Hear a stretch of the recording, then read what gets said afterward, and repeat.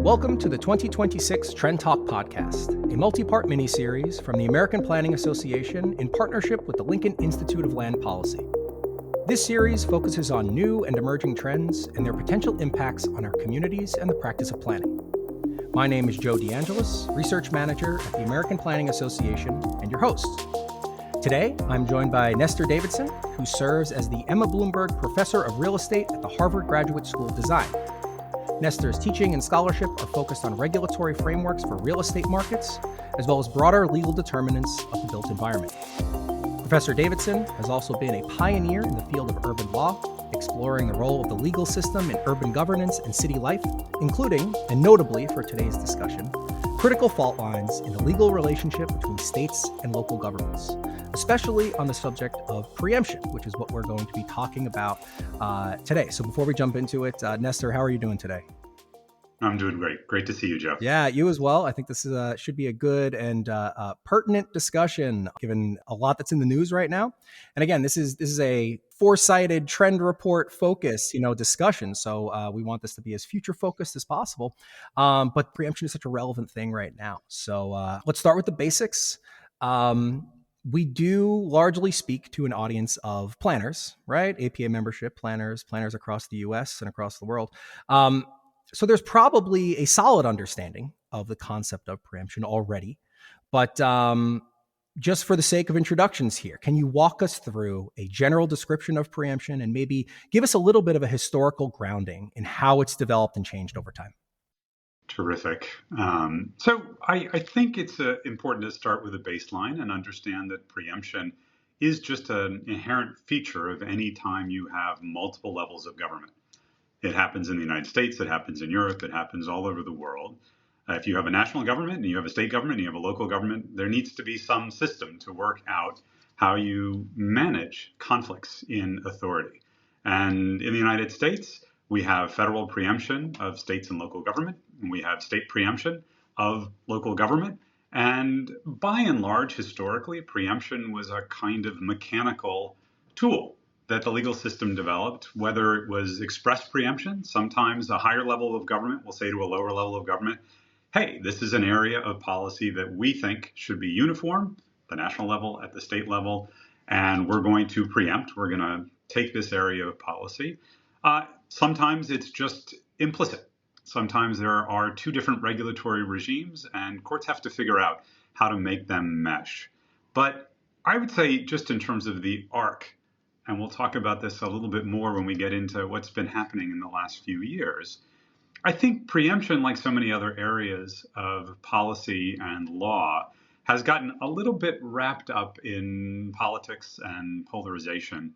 And I think really over the last 10 to 15 years, there have been instances where preemption, especially at the state level, and I think we're beginning to see this now at the federal level, is used less as a neutral tool, just to allocate authority up and down levels of governance and up and down scales of problems, and more to express policy differences.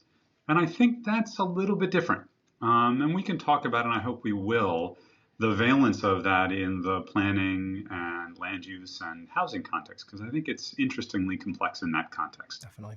I think that the area that we're seeing this a lot now and in recent years is around the housing and zoning, that discussion. And that's something that is very much top of mind for planners. So as we're diving into this, let's look at the states and local governments first.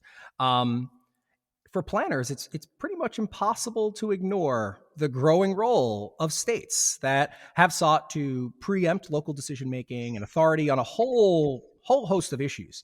And I don't want to just say that it's about just housing and zoning. There's all sorts of things out there that are maybe related to planning in a more tertiary way, but they aren't as applicable in this sort of housing and zoning frame, which is very much like a bread and butter type planning thing. That's a lot of local planning work revolves around your zoning code and housing policies and all that stuff. So those are the big ones, but there are others. Can Can you discuss the emergence of this type of dynamic, right? This state, local government preemption over the last few years, how that's maybe different, and especially how you might see that dynamic evolving and changing going into the future. So I think it's useful to take a step back.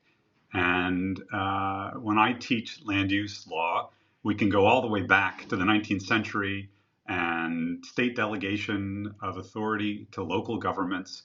And you can think about the Standard State Zoning Enabling Act. We'll talk about the federal role here. But I think you're right that for most of the last century, we have thought of, and as a practical matter, we have experienced a world where most land use decisions play out at the local level. But periodically, we get moments where there's a reconfiguration, or at least moves to reconfigure that allocation of authority. And so I'm sure planners are very familiar with the so-called quiet revolution of the 60s and 70s, the David Callis and Fred Bostelman article from report from 1971, looking at things like, the Massachusetts Anti-Snob Act, 40B, which is still a very active regime in Massachusetts, looking at the 1967 California Housing Elements Law, which California didn't really much enforce until recently, and we can talk about that in a minute. We can talk about Mount Laurel, 1975, and the regime in New Jersey that came after that. And so there was a moment, it's going to age me, but set my age, but a generation ago, let us say, perhaps maybe 2 generations ago, where states began, as part of the growing awareness mostly around the environment, but to a certain extent around civil rights, to intervene more at the local level. But I think it's fair to say that moment faded to a certain extent over several decades and faded into the background. And we reverted in most of the country. We can look at exceptions, Oregon and places like that. But in most of the country, the kind of core model that goes back to the 1920s of state delegation to local governments still holds, and largely still holds today. But I think it's fair to say that particularly the growing awareness of the housing crisis and a growing awareness of the connection between zoning and housing supply has shifted the political economy at the state level and has led to calls that I think in many ways are really interesting from a sort of normal partisan lens, right? I think it's one of those areas where you get interesting bedfellows the more you go local. And the rise of the YIMBY movement has changed the politics in a lot of states. And so you have these really interesting political conversations that are now translating into law. And states are coming back to intervening. And the perception is that cities and really suburbs in many ways, local governments, are too much of a barrier to housing production, to thinking regionally about housing markets. And I think that has sparked an increasing interest at the state level. Let me just sort of, as a way of introduction to what this trend looks like, and then happy to go into depth on any of these examples. But as I think about this, I think there are kind of 3 types of state intervention or preemption in this realm, and none of them are new. But I think we're seeing greater rigor, greater intervention, and we can talk about the costs and benefits and how the dynamic is beginning to play out on the ground, but it's really at a very early stage. So I think the first example, and again, this really goes back to California in the 1960s, but states are beginning to either come in with new state level planning mandates or, as in California, pass laws and reimagine enforcement in a way that make those planning mandates have more teeth. New Jersey recently completely revised how it approaches the New Jersey Fair Share, the kind of successor to the Mount Laurel Doctrine. Massachusetts in 2021 passed a statute called the MBTA Communities Act that ties the state's investment in transit to obligations at the local level. It's a kind of cooperative localism regime, to use a phrase that I've used in my scholarship. So it's a regime where the state is telling local governments that they have to zone. It isn't telling them where or how. And most local governments that are MBTA communities have complied. Not all. There's been some pushback, some litigation. But it's an example of state priorities filtering down and implemented at the local level. We can talk about other examples like that. I think the second type of state preemption or intervention you're starting to see, and again, nothing new, but gaining much more traction and much more interest in an era when the kind of Ezra Klein, Eric Thompson abundance conversation is focusing much more on process.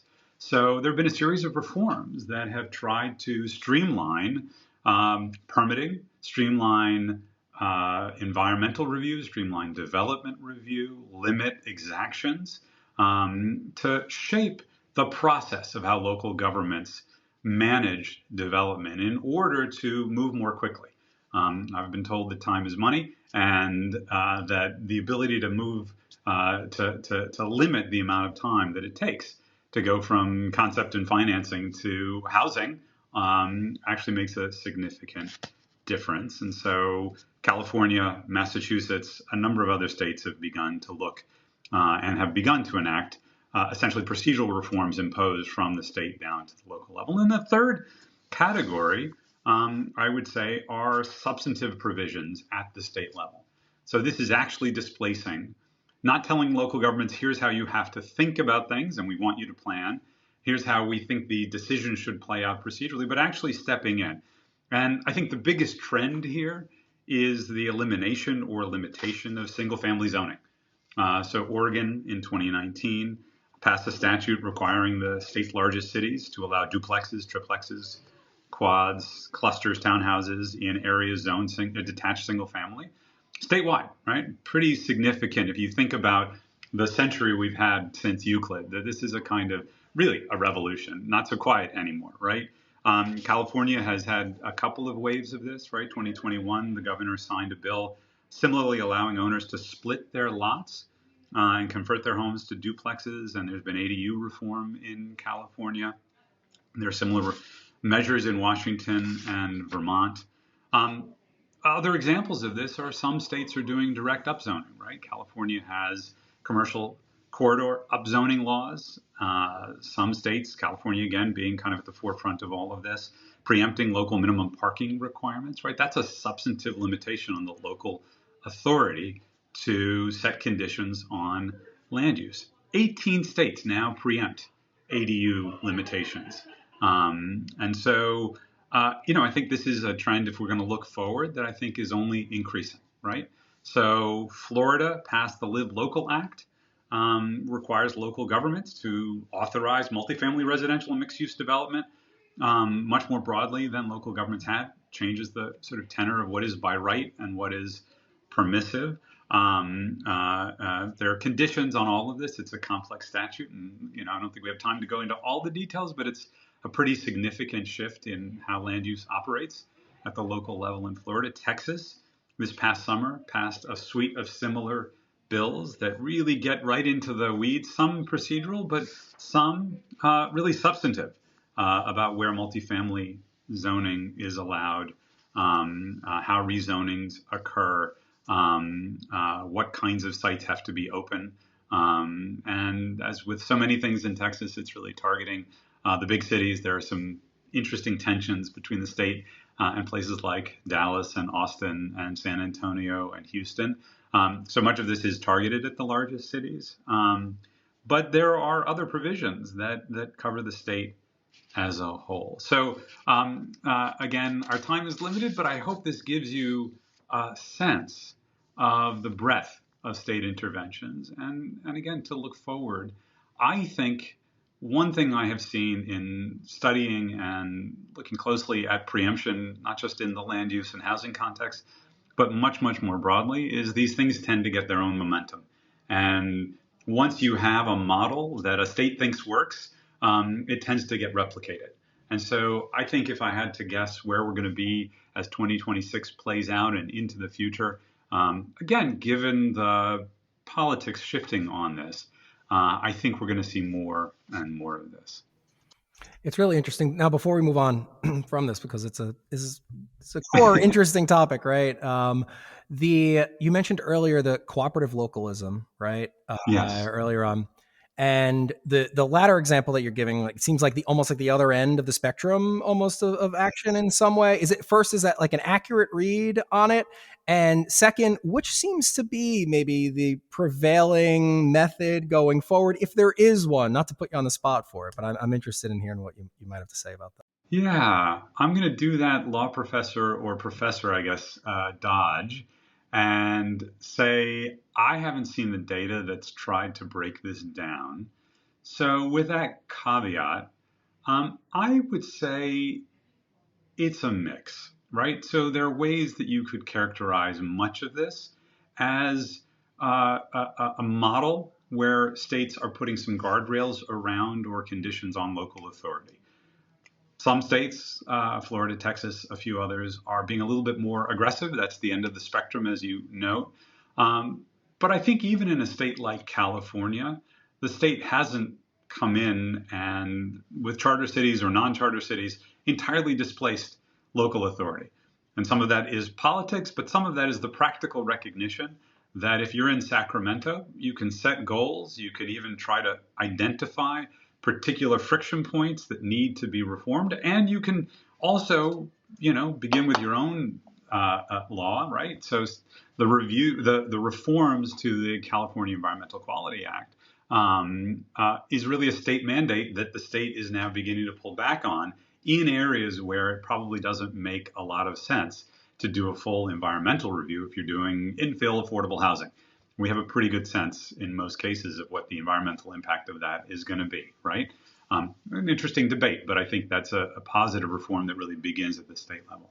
But I think most of these reforms have some variation on the recognition that even when the state is setting the direction or intervening in targeted ways at the local level, the local government, whether it's a big city or a suburb or a small town, inevitably is going to still be at the heart of land use and planning.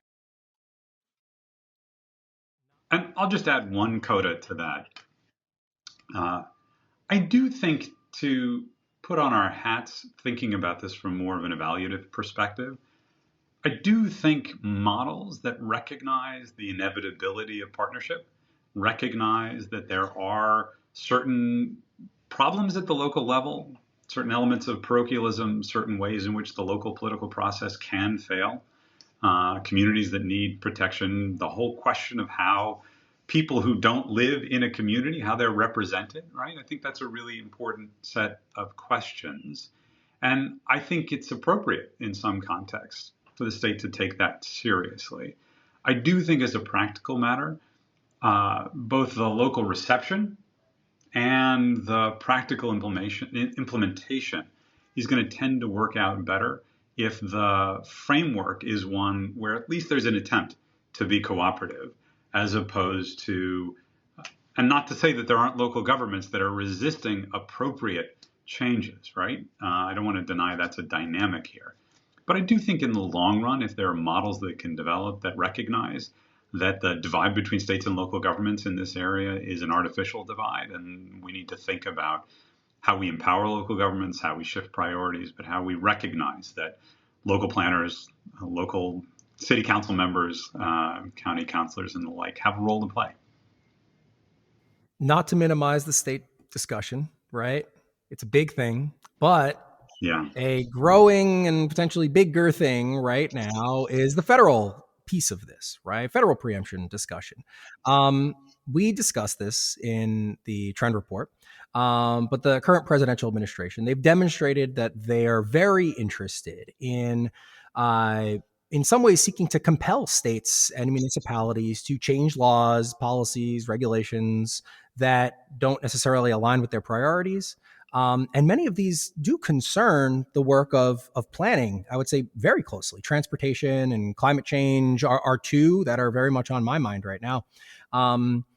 We've seen things like the administration directing agencies to withhold funding that's either already been appropriated or threatening not to provide future funding, for example, in the event of a natural disaster, because of some other local law or regulation that really might have nothing to do with those things that are on the books. Can you discuss potentially, I know this is a big question, right? And everyone is really talking about this in the field right now. Can you discuss, though, some of the potential implications of this sort of renewed federal preemption role and what that might mean for cities and potentially planners at the local level? Such an important question and a difficult one to answer in the following sense. You can think a year plus into this administration, and I think we're all living in dog years. So you can take any 2 month period over the course of the last year, and things have been changing and shifting. And I think part of the challenge for planners, for mayors, for city council members, for the city attorneys I talk to about these kinds of issues is it's hard to really discern a pattern. There are obviously some things where there's been consistency. The policies around mass deportation are playing out in a fairly systematic and inexorable way, and I think are going to get more intrusive at the local level, more conflicts there, given how much money was appropriated in the One Big Beautiful Bill towards immigration and customs enforcement. And that money is just beginning to come online now. That's a significant tension point, obviously, at the local level that I think we're just beginning to see the full dimensions of. And I think if we're looking, maybe not the full 2.5, 3 years out, but even just over the next 6 months, 8 months, is going to be something that's going to have consequences. It's a trend that's going to have consequences for local employment patterns, for policing, for just how communities react and respond, and the whole relationship, right? But there are other areas, and you point, I think, rightly to the kind of arbitrariness of many of the approaches to infrastructure, canceling or at least attempting to cancel congestion pricing in New York City. I think that that litigation is still ongoing, but I think there's at least a strong argument that the state of New York and the city of New York have the better of the argument. I teach administrative law, and one of the core things I try to tell my students is you can't just have a decision with no rationale. At least that's how courts have traditionally approached really important federal questions. And an off-the-cuff letter from the Secretary of Transportation is not a reasoned decision-making process. And this was a process that had played out for many, many years in very in-depth and litigated already environmental assessment. And the idea that we have an administration, again, whether it's congestion pricing in New York or the Gateway Tunnel in New York and New Jersey, or any of a number of other policies across the or projects across the country, where for reasons that seem very difficult to discern from the outside, there is neither rhyme nor reason to why these projects are getting canceled. Planners like to think ahead. Planners like to plan. And it makes it very difficult to do that when politics intervenes and there's a midterm election coming up, and then we're going to be in the run up to the 2028 election. And this is an administration that has proven, as you point out, that conditions on funding, that the cancellation of projects as a signaling device, that the just blocking things that states and local governments want to do, whether that's in clean energy, whether that's in transportation, in area after area. I think it's going to be very difficult because, again, there is a certain level of arbitrariness to what the administration is doing. A few minutes ago, you were talking about, so I hesitate to ask the next question because I don't know if I'm changing my mind on it as we're discussing this, right? But there maybe seems to be a sense of like a gradual erosion, possibly, of local control and authority on some areas that might feel relevant to planning. This is whether this is federal or state preemption, related and such. First, I don't know if that's necessarily true, but it seems to be maybe a somewhat broader trend right now. But it's difficult to really discern and see how that might actually play out down the road. But if this is a persistent trend, how do you see the role or the work of local planners and planning departments or cities, more broadly, potentially changing in response to a broader pullback from local control and authority? I actually think that planners are very well situated to think about what shifting scales of governance actually mean. And as you know, in the history of planning, localism is only one approach. And in fact, it's interestingly complicated when you think about, for example, the federal government used to be much more involved in funding and resourcing regional planning, right? And if you think about many of the challenges we are facing, again, in transportation, I would argue in housing, in many areas of environmental protection, the regional scale is perhaps the most appropriate scale. And we can debate, as academics do, endlessly about the boundaries and the borders of what the right catchment area is for any given policy area. But that's historically, planners have been very comfortable at multiple scales. And I think that's actually a skill, and it transcends, by the way lawyers tend to think about this, which is much more about formal authority.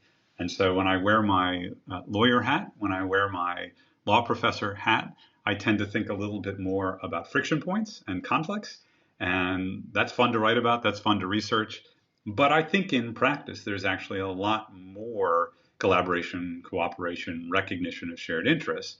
And that's an area where I actually think the toolkit, the skills that planners bring are really critical. And they're going to have to, I think the whole planning profession is going to have to lean into that in coming years. And perhaps a little bit more of the conflict resolution side of what planners do. But that's okay. That's great. And I think that's important. And I think if we think about how easy it is for the kinds of issues we've been talking about, whether it's housing policy, whether it is core questions of zoning, it's very easy for these things to get partisan. It's very easy for these things to get hyper contentious. I've certainly been in lots of local land use meetings, people yelling, and it's part of a broader trend, I think, in politics in general and public discourse in general, getting more vehement, perhaps a little bit less collaborative. And I think there's a really important role that planners have always played, but I think really have to play now in convening, in informing the public, in trying to navigate a really complicatedly shifting perspective. I would, of course, as a historian, a little bit of a historian of these issues, I would complicate that picture. I do think there are clearly areas where states are getting much more involved than they have for a while. But again, I do think there are precedents to all of this and precedents for planners to be involved at multiple scales. It's, I think, important that we do understand that a lot of the things that might be happening now aren't they might be new in terms of the topics or the areas in which they're focused, but the character of them and the relationship between the federal government and states and local governments, or states directly to local governments, these aren't necessarily brand new things, right? There's a very long history Exactly. behind all of this stuff. And there have been times where the federal government has been much more activist in its role, right? And it's interesting that role has kind of changed and evolved over. I'm thinking of housing policy, in the 1930s through 60s, right, where that they were very much stronger in that role. So I think that it's interesting to see that there is a bit of an ebb and flow to this relationship a little bit, not to discount though how that relationship might be changing a little bit, right? Absolutely. And I think it's worth pausing a little bit on the federal role, particularly in housing. I spent time earlier in my career at the Department of Housing and Urban Development in DC, and HUD was really conceived of as the place where local governance, mostly urban governance, but people used to joke that it should be called the Department of Housing and Suburban Development, but where local governments really had a voice and a place at the table at the national level. And it was a very different time in the 60s and early 70s when HUD really was conceived and became what it was meant to be. And now we see a significant retreat. But I do think it's impossible to disentangle the federal role, whether it's creating the 30-year mortgage and managing securitization through Fannie and Freddie and the creation of the secondary mortgage market. It's the creation of the national highway system over 36 years, did more to shape the spatial dimensions of local governance than almost anything else, right? And so it is inevitable, even if the federal government wants to say we don't have a role to play at the local level, that the federal government always does. And I do think, again, in the shifting political economy of housing, that we're beginning to see some bipartisan efforts at the federal level. There is, as I think you know, and when this airs, I'm not sure where it will be, but in October, last October, the Senate passed a bill called the Road to Housing. And as part of the National Defense Authorization Act, if you want to find a vehicle that's going to get through the Senate, that's a good one, right?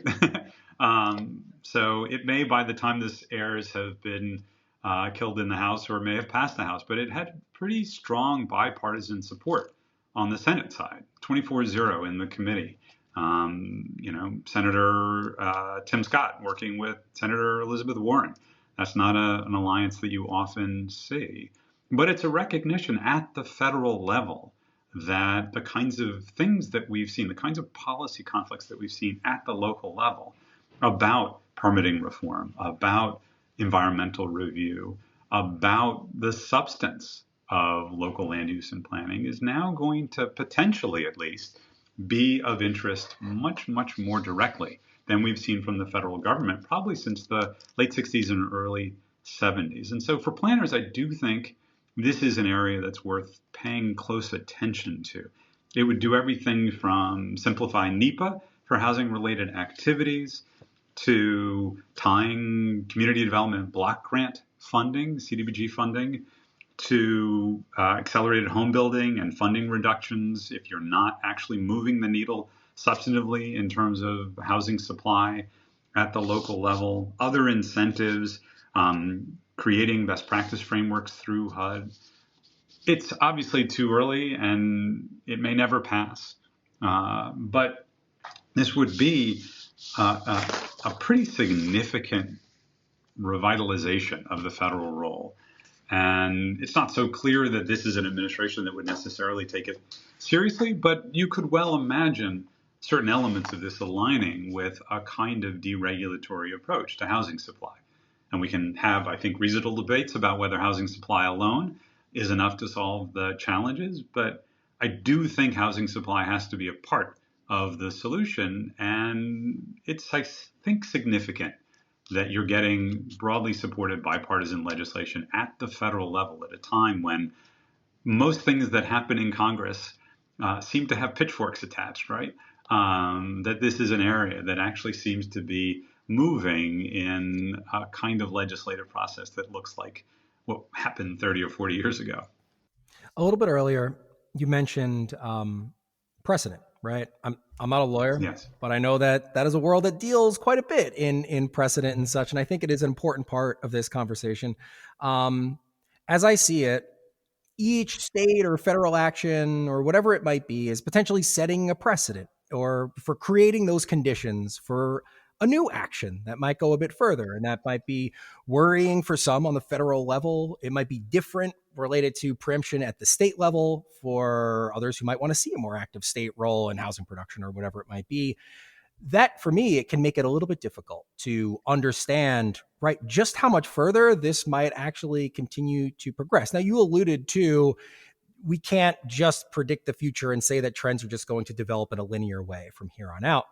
But as somebody who has written and talked and done a lot on this topic, what do you see as some of the future frontiers for preemption, state or federal or both, and how it might evolve and the role it might play in the relationship of cities and communities with the state and with the federal government?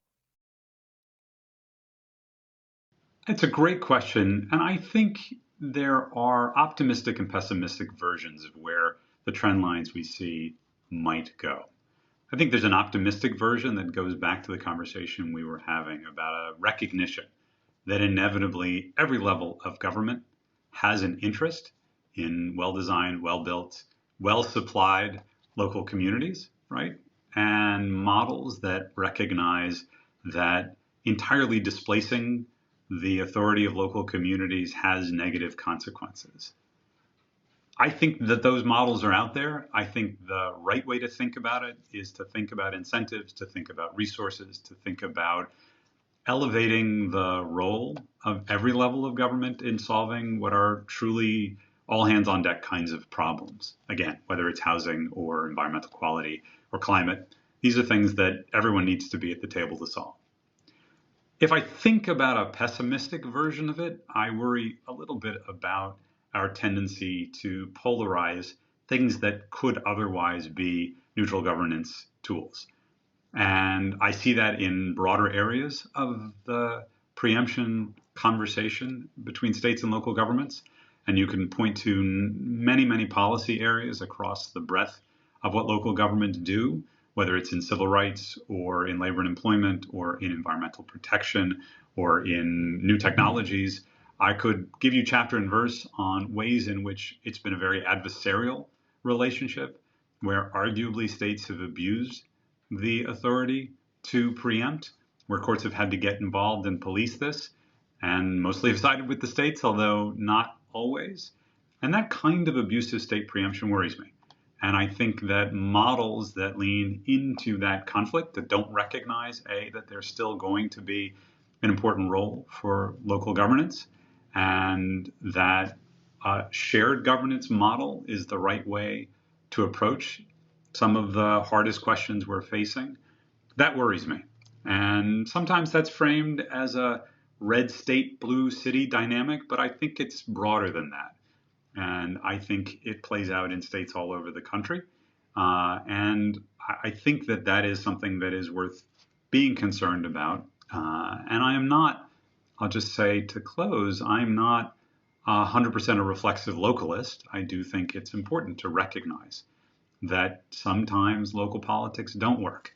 And sometimes people who aren't in a community don't have adequate representation for the decisions that get made at the local level. And we should take that very seriously. We should think about ways to solve political problems, small d democratic problems at the local level. But as with democracy writ large, it's perhaps not the best system except for every other. And we need to think about how we improve it, not how we displace it. I think that that's a really good place for us to wrap up today. I think that this topic in particular, we have a lot of trends in this report. This topic in particular, it just touches, it's like this overarching thing that exists maybe above a lot of the trends that we're discussing, right? Because how some of these things might play out that we're talking about in the report, whether, it's environmental trends or political or social trends or whatever it is, this is a thing that directly concerns the work of cities and planners and planning, and it can influence how those individual trends, how those might flow, right, from feds to states to cities, and how that all might interact. So I think it's definitely something that we'll keep an eye on. It'll be impossible not to keep an eye on going into the future. But I think it was good to talk through some of this stuff today. Thank you, Nestor, for joining us for really this excellent conversation. We really appreciate your time. Thank you, Joe. It's been a pleasure. For more on this topic, a summary of this discussion, and many other collected trends and signals, please check out APA's 2026 Trend Report, which is available at planning.org/foresight.